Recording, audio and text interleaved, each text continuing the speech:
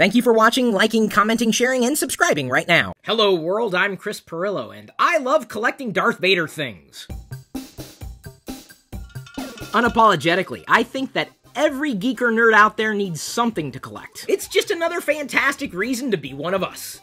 Gooble gobble, one of us, gooble gobble. So while you're fascinated in collecting one thing, I'm fascinated in collecting other things. We can still get along. So on to the topic of the Darth Vader car. I'm talking about a real car made in the likeness of Darth Vader. Have I seen it?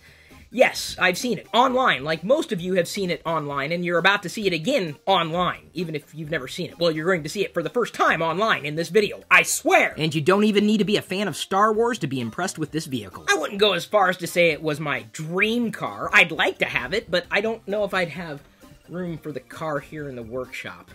Well, maybe if I get rid of the TV over there. Who uses TV anyway? Unless you're watching me on TV right now, at which point this got really awkward. Anyway, Kelly Issaquah, the illustrator for GeekyCreatures.com, wound up seeing it in person and recorded the experience. This may very well be as close as I'm ever going to get to seeing that car in person myself. See? You could have the Darth Vader car right now if you wanted to. You could even fit it in your pocket. You can't say the same thing for the average car. You know, there are a lot of car geeks out there who would probably want to know the specs of the Darth Vader car, and I can tell you this. It has 4 wheels.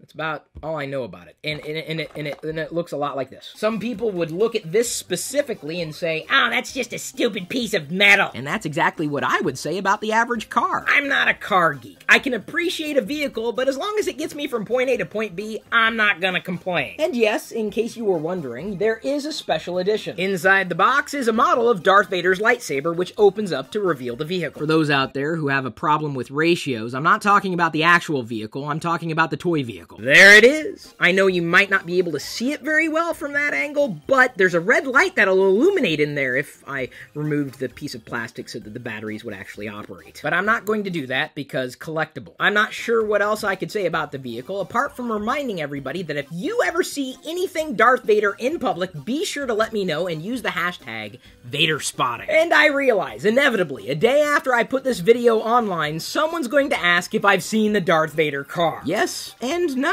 And now you can say that you've seen it. Vicariously, thanks to Kelly Issaquah. If you're more of a fan of R2-D2, Luke Skywalker, the Stormtroopers, or Yoda, you should know that they have other vehicles available. Oh yes, and Chewbacca as well. Not pictured here. Oh wow.